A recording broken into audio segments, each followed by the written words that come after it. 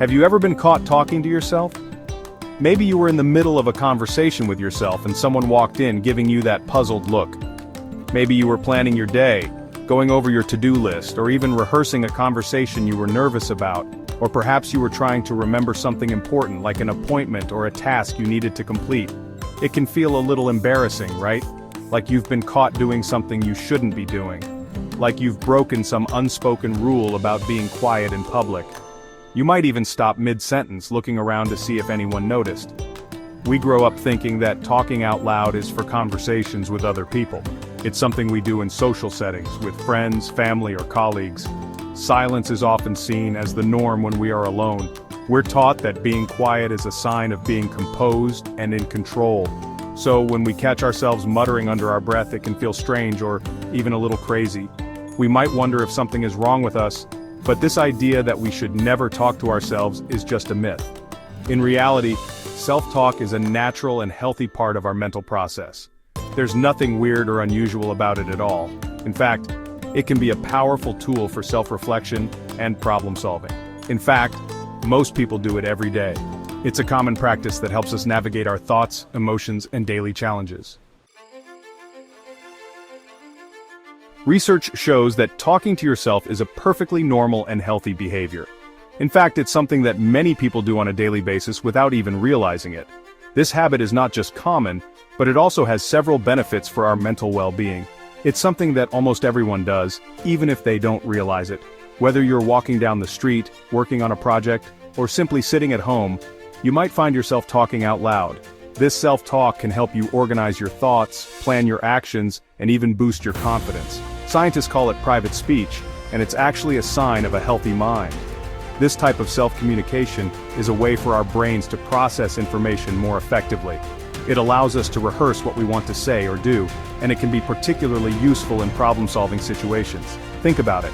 Our brains are constantly processing information, making plans, and trying to make sense of the world around us.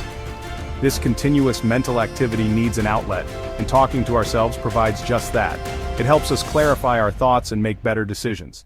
Sometimes the best way to do that is to put those thoughts into words, even if we're the only ones listening. By verbalizing our thoughts, we can better understand our own ideas and feelings. This can lead to improved self-awareness and emotional regulation. So, the next time you catch yourself talking to yourself, don't worry, you're in good company. Many successful people, including scientists, artists, and athletes, use self-talk as a tool to enhance their performance and creativity. It's just your brain doing its thing. Embrace it as a natural and beneficial part of your cognitive process. Why do we talk to ourselves? Well, it turns out that self-talk serves many different purposes. Sometimes we use it to plan our day, like making a mental grocery list or rehearsing for an important presentation. Other times we use self-talk to motivate ourselves. Think about those times you've given yourself a pep talk before a big game or a job interview. You got this. Sound familiar? That's self-talk in action. We also use self-talk to process our emotions. Talking about our feelings, even if it's just to ourselves, can help us to understand and cope with them better. Section 4. The power of positive self-talk. Here's something really interesting. The content of our self-talk matters. What we say to ourselves can actually have a big impact on our thoughts, feelings, and behaviors. Positive self-talk, like using encouraging words and focusing on our strengths, can boost our self-esteem, reduce stress, and even improve our performance. It's like having your own personal cheerleader in your head. On the other hand, negative self-talk, like putting ourselves down or focusing on our weaknesses, can have the opposite effect. It can make us feel anxious, insecure, and less likely to succeed.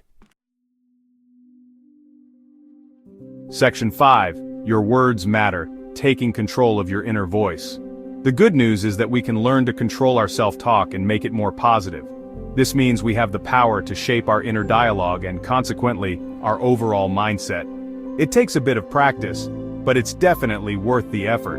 By consistently working on it, you can transform your inner voice into a source of strength and motivation. Start by paying attention to the things you say to yourself. Notice the patterns and themes in your self-talk. Are they mostly positive or negative? Identifying this can be the first step towards making a change. If you notice a lot of negative self-talk, try to challenge those thoughts and replace them with more positive ones. This might involve reframing a negative situation or finding a silver lining. Remember, you are your own biggest critic, but you can also be your own biggest supporter. The way you talk to yourself can significantly impact your confidence and self-esteem. Choose to talk to yourself with kindness and encouragement, and you might be surprised at the difference it can make. Positive self-talk can lead to a more optimistic outlook on life and better mental health. For further learning, I recommend checking out the TED Ed lesson Is It Normal to Talk to Yourself? This resource can provide additional insights and techniques to help you master your inner dialogue.